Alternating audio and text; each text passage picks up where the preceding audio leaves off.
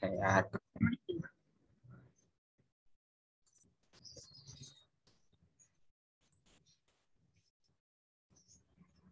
Ya, tema kita pada siang hari ini adalah ini, Deconstructing Sport History oleh Murray G. Phillips, bukan Murray batu ya. Kalau Murray itu kan manuk atau burung ya. Tapi ini salah seorang sejarawan yang fokus di bidang metodologi sejarah, khususnya beberapa hal yang dibahas oleh si Murray ini adalah tentang bagaimana mendekonstruksi sejarah olahraga. Nah, karena Murray ini adalah anak buahnya, bukan anak buahnya, muridnya si dari Inggris ya, Alun Manslow, seorang postmodernis. Jadi perspektifnya si Phillips ini juga ya niru-niru lah Alun Manslow, postmodernis juga dan dekonstruksionis.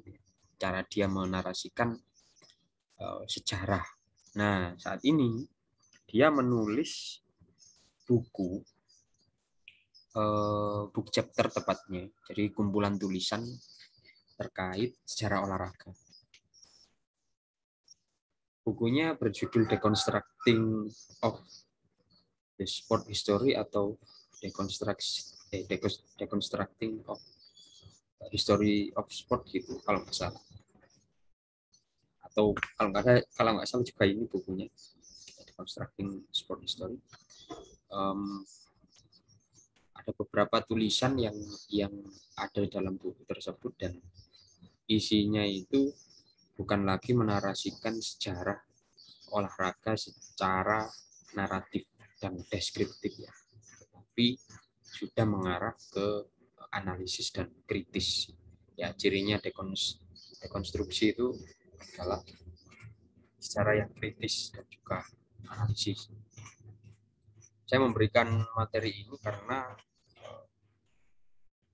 nanti kalian ketika lulus, kalian kan sudah semester 5, ini ada metodologi dan lain-lain, bisa melihat fenomena sejarah yang kalian teliti masing-masing ya, berdasarkan tema-tema skripsi kalian. Kalian bisa melihatnya secara kritis dan kritis. Tulisan kalian nanti agar tidak terlalu deskriptif. Kemudian bisa. Ini kita coba untuk belajar ya dari Murray G. Phillips. Nah, dimulai dari beberapa bidang garapan dari sejarah olahraga. Kebanyakan memang sampai saat ini sejarah olahraga di dunia maupun di Indonesia, kalau di dunia sudah mulai berkembang sejak tahun 2000-an,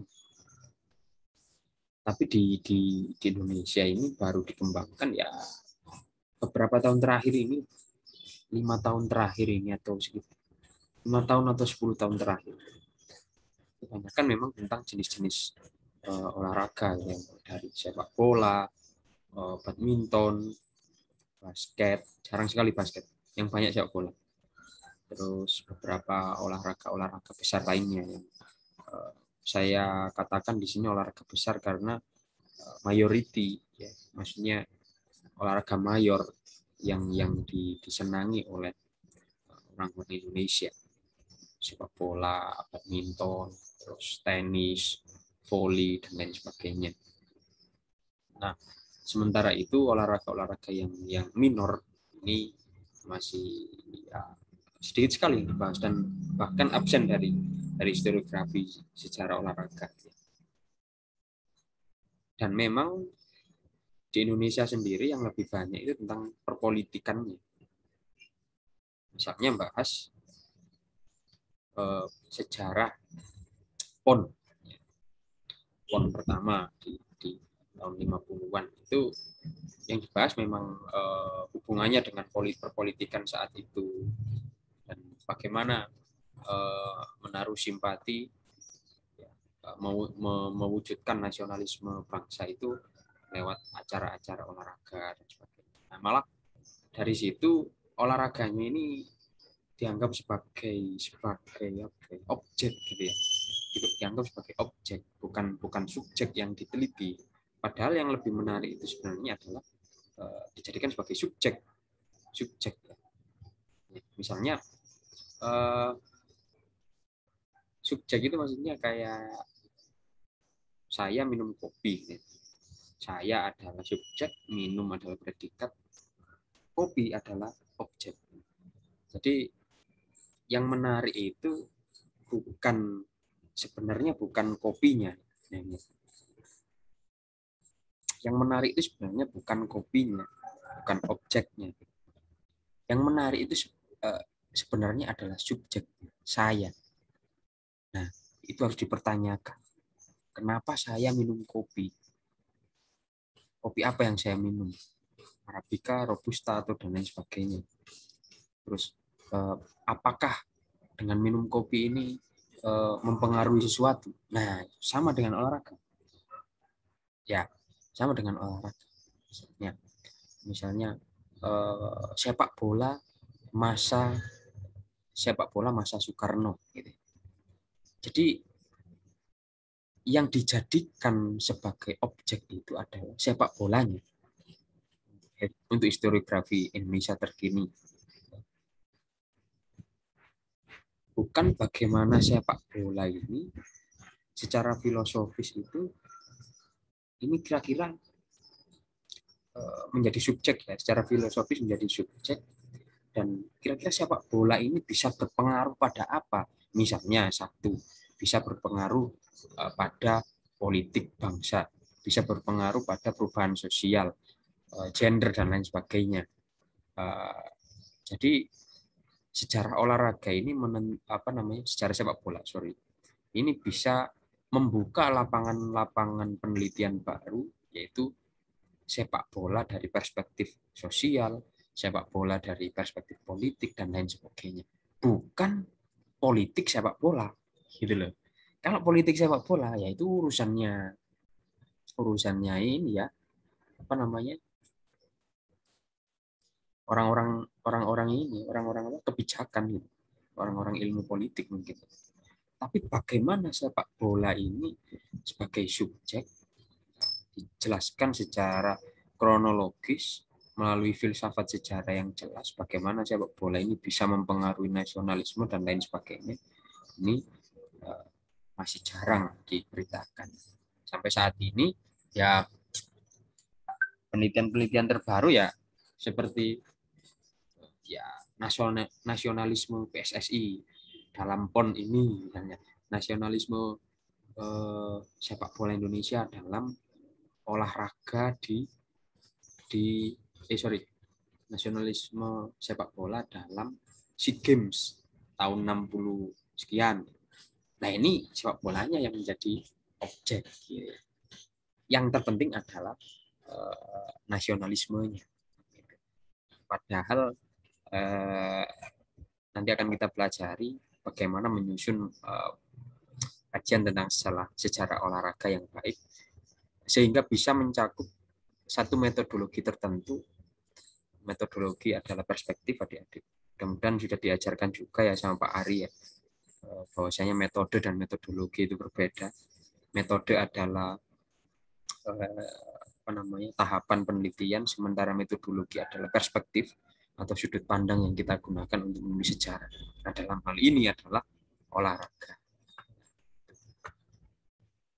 Baik, saya lanjutkan. Ini di bukunya Murray G. Phillips. Risetnya dia itu bagus. Karena tenang, kalian nggak tak suruh baca bahasa Inggris. apa baca dulu. Cek Pak Warul lagi moco iki. Bram, diwaca Bram atau Lo, lo, lo, siapa lo, yang lo, lo. membaca ini ya? Rikat mungkin ya. Oh, Enggak, Rikat Gas. tapi saya inilah percaya kalau kemampuan bahasa Inggris kalian itu di atas saya ya, di atas rata-rata. Jadi the historiography of sport history, kalau menurut Murray Phillips berdasarkan penelitiannya, jadi berdasarkan state of the subdiscipline, maksudnya berdasarkan beberapa kajian tentang subdisiplin, artikel tentang jurnal-jurnal sejarah olahraga dari tahun 74 sampai tahun 2000. Perkembangannya seperti ini. Jadi ada jurnal besar seperti Sport History Review, Journal of Sport History, International Journal of the History of Sport, dan Sporting Tradition. Nah, ini beberapa jurnal ini secara kuantitas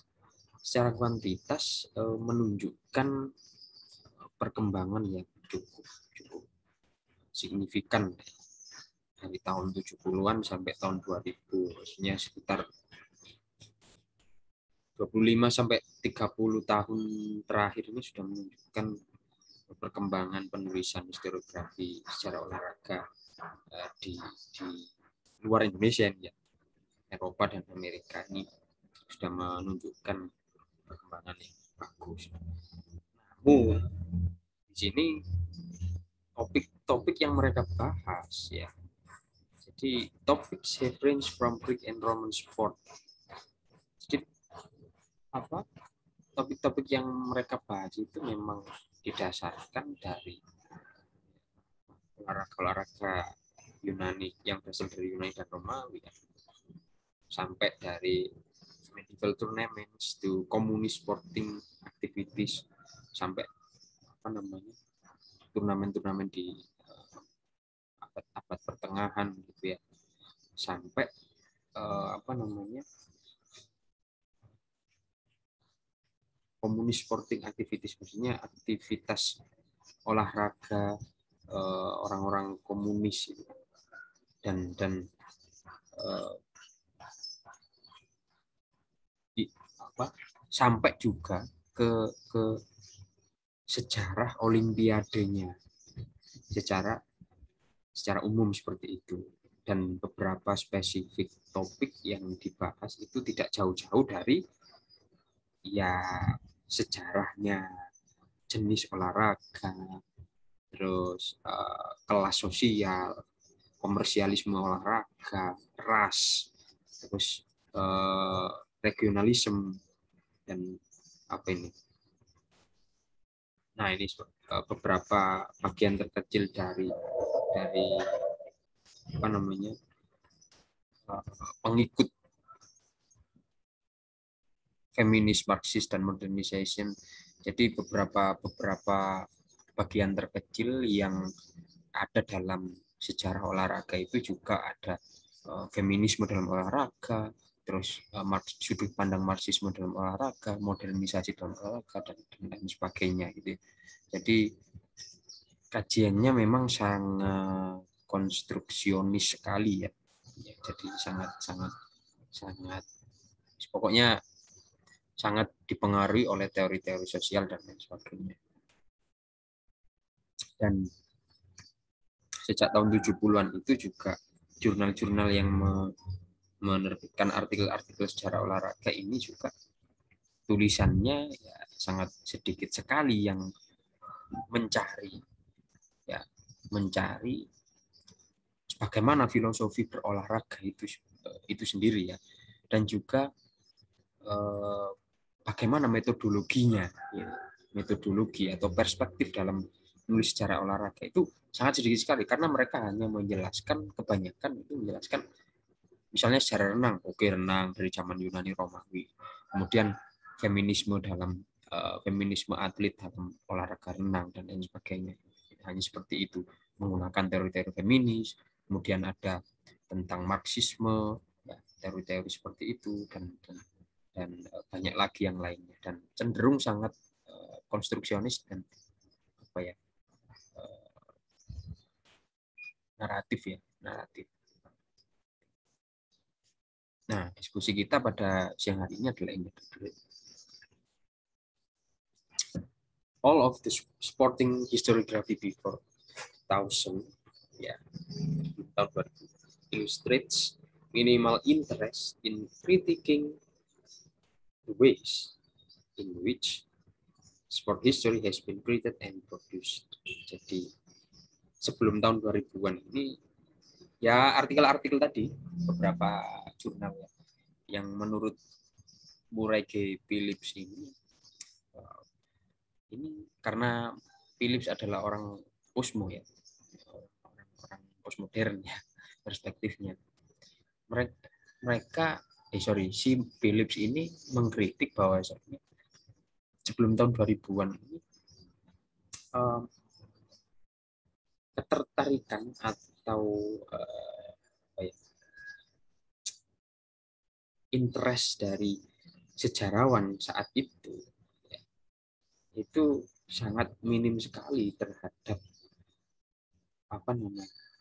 historiografi olahraga. Tetapi historiografinya itu berasal dari bagaimana sih sejarah, misalnya sejarah sepak bola ini terbentuk gitu.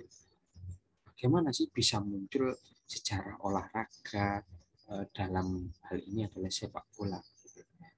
Tapi mereka di tahun 70-an sampai tahun 2000 itu hanya menjelaskan, oke, sejarah sepak bola, sepak bola awalnya di mana, kemudian perkembangannya seperti apa, kemudian jenis-jenis sepak bola di berbagai daerah itu seperti apa, mungkin di daerah Eropa disebut football, mungkin di daerah benua Amerika disebut soccer gitu kan. Itu kan penyebutan yang berbeda. Nah, ini hanya gitu-gitu saja. Jadi tidak menjelaskan kenapa itu disebut football di Eropa gitu. Dan kenapa disebut soccer di Amerika. Nah, ini agak berat. Kuliah hari ini agak berat ya. Jadi kritiknya Murray Phillips ini ya seperti itu. Karena sejarah, kita ambil contoh sepak bola saja. Karena sepak bola ini dalam olahraga ini hanya dijadikan sebagai objek. Jadi tidak pernah dibahas bagaimana sih sepak bola ini terbentuk. Maksudnya bagaimana nih sepak bola ini bisa menjadi sebuah olahraga yang kemudian sampai dulunya seperti apa dan sampai sekarang dilombakan. Tapi hanya dibahas olahraganya saja. Nah, ini yang dikritik oleh Phillips. Saya kasih contoh tadi sepak bola ini hanya digunakan sebagai objek, bukan digunakan sebagai subjek. Nah, penelitian yang menarik salah satunya adalah Pram. Aku takun Pram. Penelitianmu tentang apa? Tentang sponsor. Nah, itu ya apa? Ya apa? Coba ceritakan sedikit saja. Apa nih sing ya apa, Mas? Anu nih. Sing ya apa iki apa nih? Cerita penelitianmu, kenapa kamu meneliti itu dan apa jenenge mau dibuat menjadi historiografi yang seperti apa? Ya apa ya, Mas? Pertama, kenapa kok meneliti itu? Karena suka sama sepak bola. Pertama. Terus saya tuh ngikuti perkembangan sepak bola dari sejak saya kecil sampai sekarang. Jadi masih terus ngikuti. Nah, terus saya tuh kepo dengan apa sepak bola di apa masa-masa sebelum saya lahir itu gimana sepak bolanya itu. Terus ternyata saya lihat itu kan pas saya kecil itu kan ya mulai tahun 2005 sampai 2007 itu saya mulai ngikuti sepak bola, mesti setiap pulang dari TPQ gitu kan. Persija main Lebak Bulus, terus Deltras main Gelora Delta, terus baru Persebaya 10 November gitu-gitu itu saya tuh selalu tertarik sama jersey ini apa ini pemain jersey tim. Nah di jersey itu kan mesti ada sponsornya mas, sponsor yang jadi produk apa sponsor utama liga gitu misalnya. Nah itu saya ngikuti secara Liga Jarum, terus Jarum Indonesia Super League, terus apa sing terakhir itu KNB sebelum menporane Imam Nahrawi iya Imam Nahrawi kan sing membekukan sepak bola itu sepak bola Indonesia. Terus habis itu eh, udah saya nggak pernah lihat lagi kan awalnya kajian saya itu tentang sponsor rokok mas, jadi saya fokuskan sponsor rokoknya aja karena kenapa kok pas tahun-tahun setelah Jarum ISL tahun 2012 atau 2013 itu kenapa kok udah nggak pernah ada lagi sponsor rokok di apa di liga sepak bola gitu. Kepo kan, ternyata ada peraturan nih kalau misal apa yang berhubungan dengan tembakau itu nggak boleh di apa ya dipajang atau ditampilkan sembarangan ke publik gitu. Itu oh kalau gitu saya semakin kepo. Eh, dari kapan sih sebenarnya?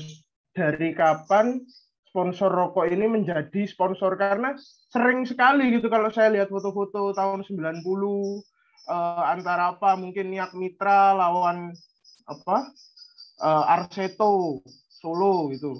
Itu kan sponsornya rokok semua, Mas. Nah, kenapa kok rokok itu nggak pernah lagi gitu? Akhirnya ya saya cari uh, sumber-sumber entah itu dari artikel, entah itu dari apa namanya?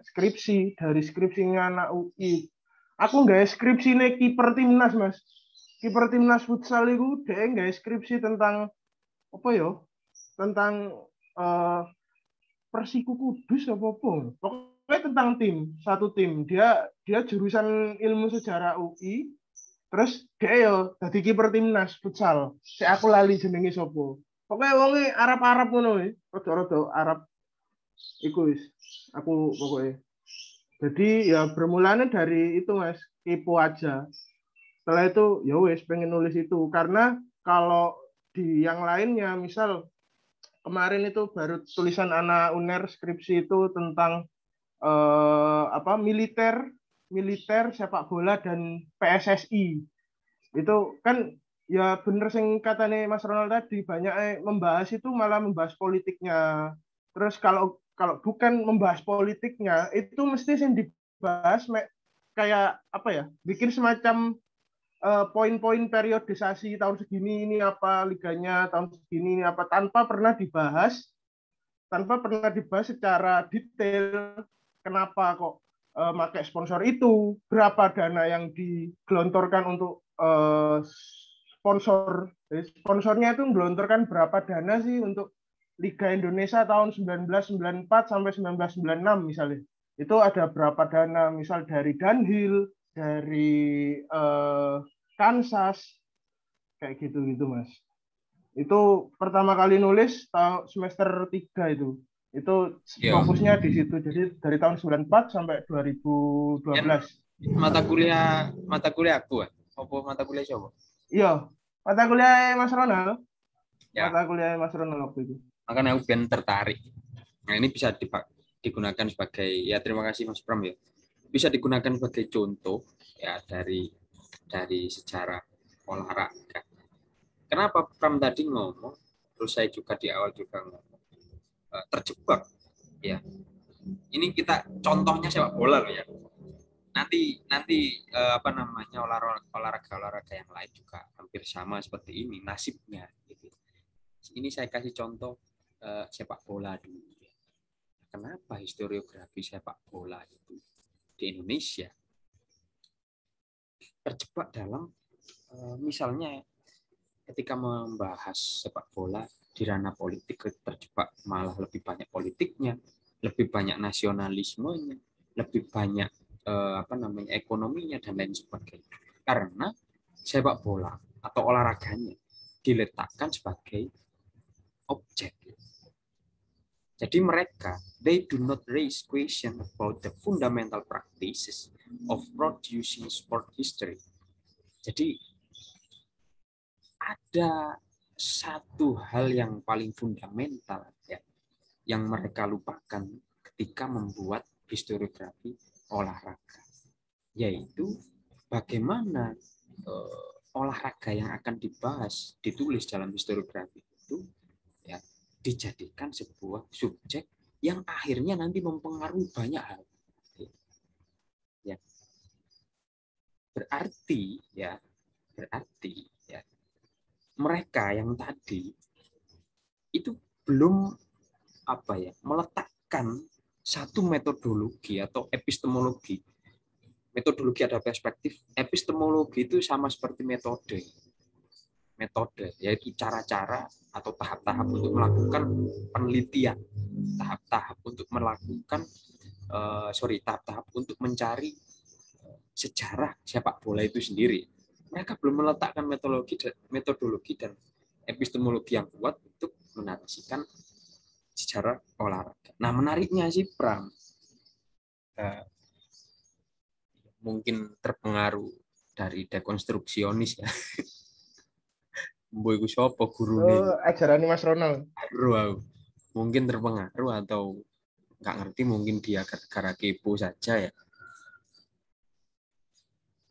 Jadi sebenarnya sejarawan itu harus meletakkan sejarah olahraga ini di dalam konteks yang lebih luas, yaitu konteks sosial, politik, ekonomi, bahkan juga bisa menjelaskan perubahan sosialnya. Gitu. Contohnya sepak bola.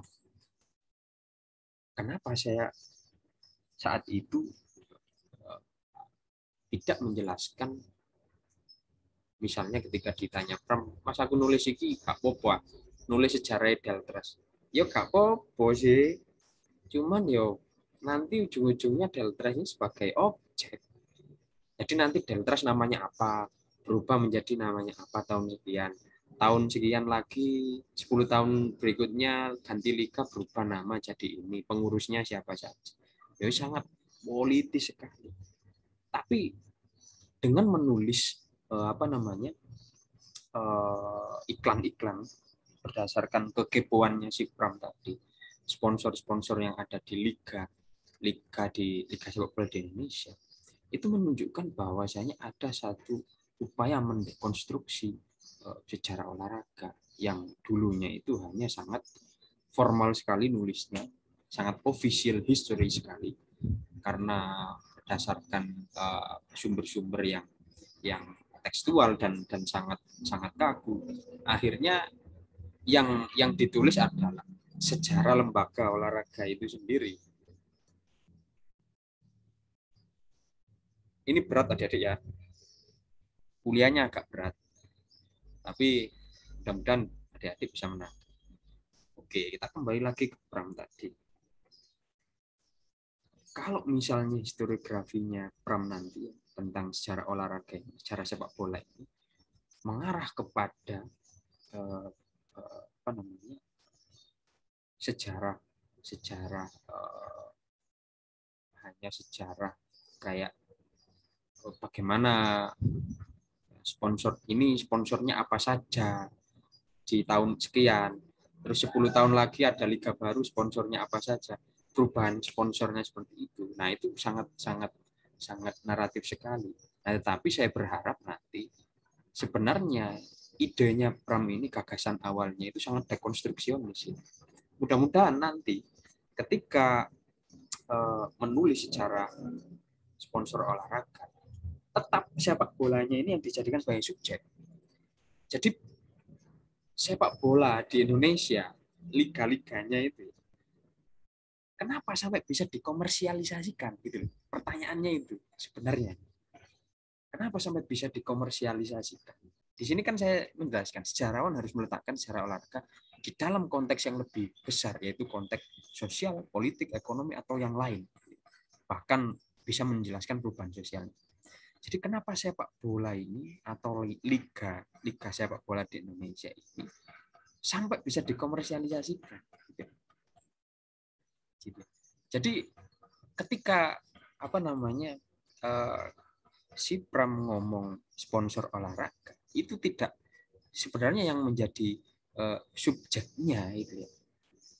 Kalau bisa nanti narasinya itu tetap sepak bolanya. Jadi sepak bola ini mempengaruhi perubahan sosial masyarakat. Dulu yang awalnya minor, maksudnya minor itu sepi penonton, akhirnya banyak. Akhirnya muncul supporter-supporter yang fanatik dan lain sebagainya, mempengaruhi perubahan sosial. Sepak bola ini kemudian mempengaruhi perubahan ekonomi di Indonesia. Oh, ternyata negara ini nggak punya uang untuk menyponsori sepak bola karena mungkin banyak utang atau dan lain sebagainya. Itu kan pertanyaan dari mengapa sepak bola ini mengambil sponsor dari swasta gitu loh. Jadi pertanyaannya mulai dari situ kalau yang dekonstruksi secara olahraga ini, secara sepak bola ini. Dan itu mempengaruhi komersialisasi atau secara ekonomi. Jadi metodologinya Pram ini sudah jelas, nanti secara metodologi anakku tangir. Secara metodologi bisa dihubungkan dengan ekonomi dan juga bisa dihubungkan dengan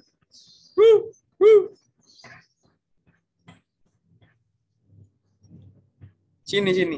Si. Anakku nangis dulu.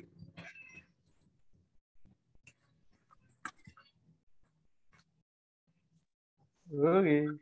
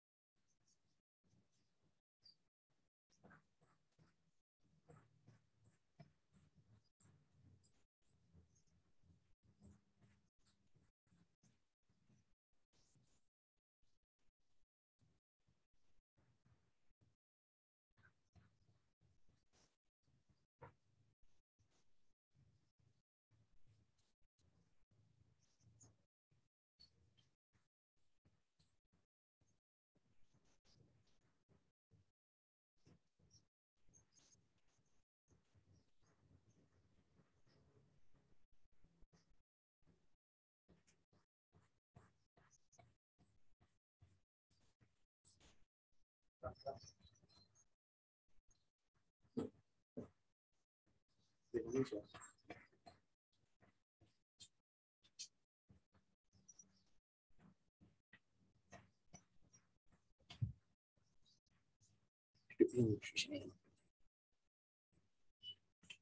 Oke, mohon maaf.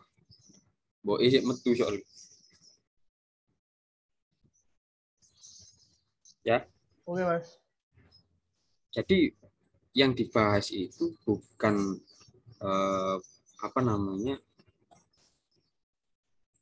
sponsor yang mempengaruhi sepak bola itu loh. Ngerti ya maksudnya ya? Tetapi sepak bola itu yang mempengaruhi banyak hal. Olahraga itu yang mempengaruhi banyak hal. Misalnya bulu tangkis mempengaruhi sponsor jarum dan lain sebagainya. Sepak bola mempengaruhi ada sponsor setelah sepak bola ini mempengaruhi perubahan, bisa merubah kondisi sosial di Indonesia, masyarakat Indonesia hingga fanatik sepak bola. Akhirnya dia mempengaruhi sponsornya juga.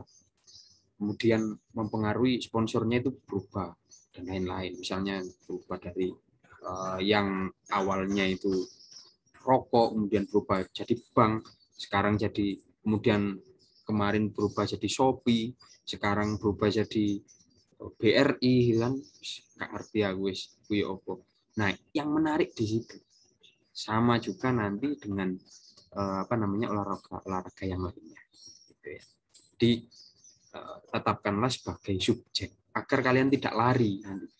Kalau kalian letakkan sebagai objek, jelas lari nanti. Jadi misalnya sepak bola dan nasionalismenya masa SEA Games tahun sekian, maksudnya kalau kalau ini tulisan yang apa namanya historiografi yang sangat politis, ya mesti ning apa jenenge nasionalismenya saja yang dibahas. Padahal titik tekannya itu sebenarnya pada sejarah sepak bolanya itu sendiri. Ini berat adik-adik ya, mudah-mudahan nanti bisa memahami. Tapi kalian kan sudah dapat metodologi kan dari Pak Ari, jadi sepertinya sudah ngerti metodologi seperti apa.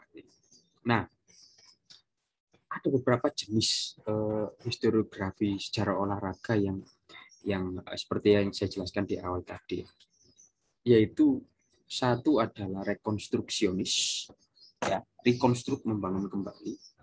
Yang kedua adalah konstruksionis, yang ketiga tentu saja dekonstruksionis. Oke, kita bahas yang rekonstruksionis terlebih dahulu. Jadi rekonstruksionis ini kebanyakan tema-tema yang unik ya, seperti sejarah olahraga tradisional, Gobak Sodor dan lain sebagainya. Dan mereka kebanyakan ketika menulis historiografi itu tidak memakai teori-teori dan tidak berfilsafat sejarah seperti tadi ya. Bagaimana misalnya sepak bola ini bisa muncul dan sepak bola ini mempengaruhi masyarakat Indonesia, mempengaruhi perekonomiannya dan mempengaruhi nasionalismenya, seperti itu enggak seperti itu. Jadi rekonstruksianis ini terlalu kaku dan berbasis sumber gitu ya. Jadi narasinya, wacananya atau diskursnya itu kurang dilihat gitu ya, kurang dinarasikan. Makanya historiografi yang rekonstruksionis ini ya hanya menjelaskan secara olahraga yang belum pernah dibahas, yang unik dan nanti kronologinya jelas gitu saja. Ya, ini yang rekonstruksionis. Nah, sementara yang konstruksionis ini sangat kaku adik-adik. Jadi mereka berangkat dari teori-teori sosial dan ilmu lainnya. Seperti tadi ya, kebanyakan sejarawan yang konstruksionis itu terjebak. Sudah habis, Ana? Masih ada, Bos. Masih ada. Ini, masih ada. Kebanyakan mereka terjebak dalam yang tadi. Jadi olahraga itu hanya sebagai objek. Sebenarnya terus subjeknya apa? Subjeknya ya perubahan sosial, terus perubahan politik dan ilmu-ilmu lainnya, yang mana mereka melihat olahraga ini sebagai pre-existing frameworks. Maksudnya olahraga ini sebenarnya itu sudah ada framework ya, ada kerangka pemikiran yang sebelumnya gitu. Kerangka pemikiran sebelumnya itu apa sih sebenarnya? Kerangka pemikiran sebelumnya itu adalah misalnya ada nasionalisme. Sudut pandangnya sangat nasionalis sekali.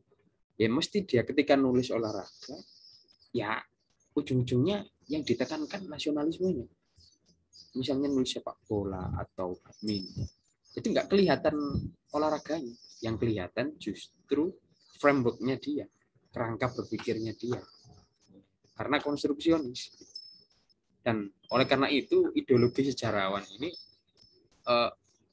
sangat berpengaruh pada jenis sejarawan yang konstruksionis, sejarawan olahraga yang konstruksionis. Jadi mereka ngomong teori sosial, misalnya Marxis misalnya.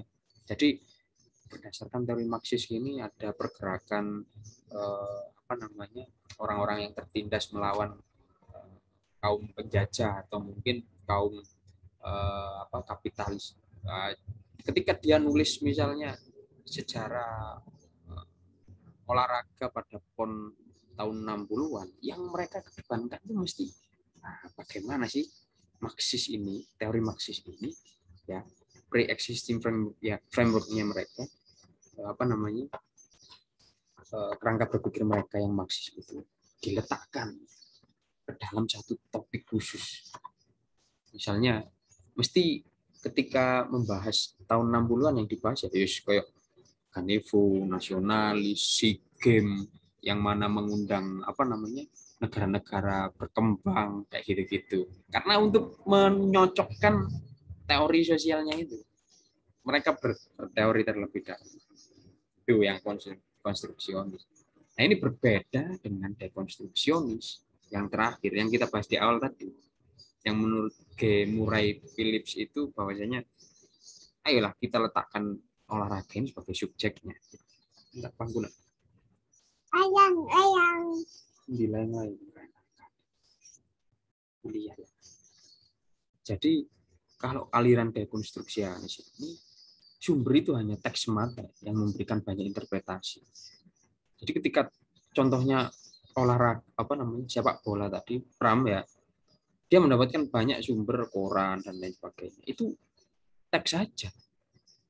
Yang bermain adalah interpretasinya atau narasinya, diskursnya atau wacananya.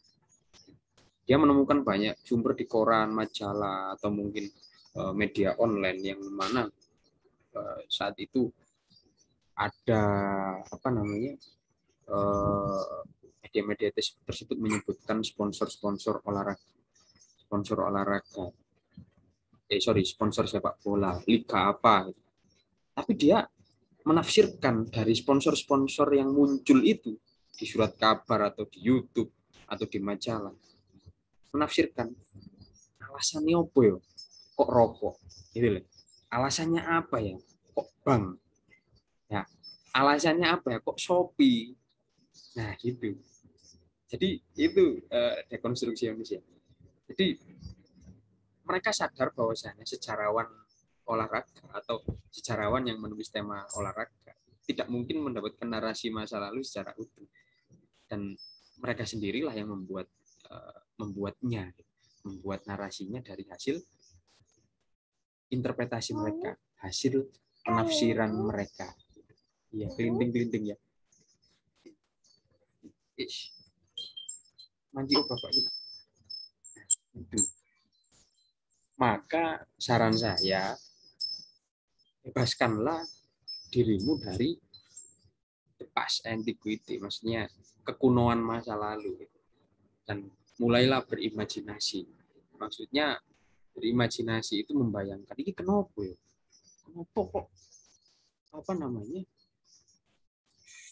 kenapa kok yang ikut SEA Games tahun 60-an, sebentar ini masih kuliah ya. Kenapa yang ikut SEA Games sebentar. Tes. Suaraku kerungu. Halo. Dengar, Mas. Dengar ya? Dengar. Oke, terima kasih. Jadi kenapa yang ikut SEA Games, ikut Olimpiade tahun 60-an itu kebanyakan kok negara-negara yang bekas jajahan kolonial ya. Gitu. Jadi yang dipikirkan itu bagaimana sejarah olahraga atau olahraganya ini menjadi satu subjek yang mempengaruhi sesuatu. Ya. Dan paling tidak ketika mendapatkan sumber ya, teks tadi ya, dalam tanda kutip teks itu kan macam-macam ya. Teks bisa visual, audiovisual, bisa tertulis, bisa artefak dan lain-lain. Pastikan kalian melihat apa yang ada di balik peristiwa olahraga itu. Nah, ini yang sulit dan menurut saya ini agak berat untuk dibahas gitu ya. Tapi saya percaya kalau adik-adik semakin sering membaca historiografi, jenis-jenis historiografi sejarah olahraga, itu semakin sering kalian membaca, semakin sering kalian mengetahui bahwasanya, oh kok gini ya, maksudnya kok nulisnya sangat naratif sekali, sangat deskriptif sekali, ya. Jadi tulisannya sejarah apa namanya Persebaya tahun 1927, kok yang ditulis itu apa namanya lembaganya saja, bukan bagaimana bisa muncul apa namanya satu grup yang namanya Persebaya 1927 dan bisa mempengaruhi banyak hal. Nah, ini yang dekonstruksionis gitu. Ya paling tidak kalian ngerti dulu apa namanya awalnya gitu ya, maksudnya meskipun tidak terlalu dalam pembahasan hari ini. Ya, terima kasih. Itu tok ini lu. Ya, paling tidak kalian mengerti lah ya secara umum gambarannya, perbedaannya seperti apa. Dan di tahun sejak setelah 2000-an di Eropa dan Amerika itu sejarawan yang menulis tema olahraga itu sudah beralih ke hal-hal yang kritis seperti ini, bukan hal-hal yang naratif lagi. Kalau di Indonesia ya masih baru-baru inilah. Kalau kita bandingkan beberapa tulisan, misalnya apa namanya Mas Rojil Nugro Bayu Aji ini juga nulis cara olahraga, dan saya apa namanya mengapresiasi karena memang tulisannya juga bagus gitu ya, dan menyumbangkan pemikiran baru terhadap sejarah sepak bola ya di Indonesia. Tetapi mungkin kalau mengarah ke dekonstruksionis masih perlu didiskusikan lagi gitu ya. Soalnya yang dibahas memang seperti Tionghoa Surabaya dalam sepak bola gitu ya. Ini masih mengarah pada apa ya? Rasialisme dalam sepak bola gitu ya.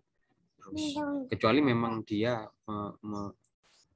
metodologinya itu memang mungkin sangat konstruksionis ya, maksudnya mengedepankan teori sosial dan lain sebagainya. Itu banyak sekali tulisan beliau tentang olahraga ya, nasionalisme dalam sepak bola Indonesia tahun 50, 65 dan lain-lain. Jadi nanti bisa dibaca sendiri dan bisa adik-adik kritisi sendiri. Dan ada lagi juga Aprilian di Damar Sejarah Olahraga Berkuda di Surakarta. Ini malah sangat rekonstruksionis, ini maksudnya sangat antik gitu.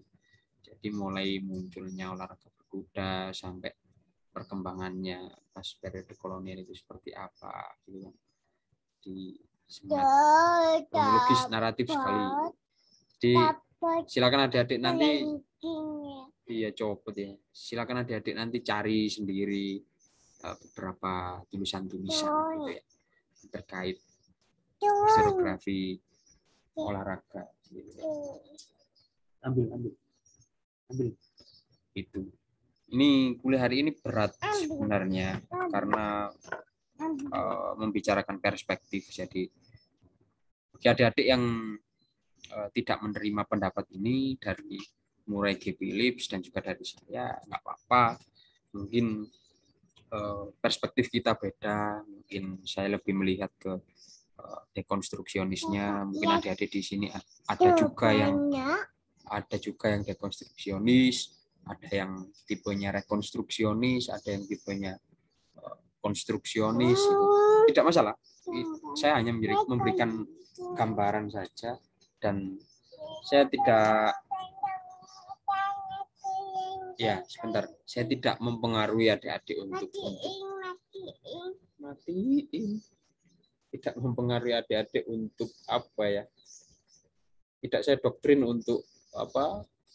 Ikut dengan perspektif yang saya anut ya. Jadi saya hanya menawarkan saja, menawarkan perspektif alternatif.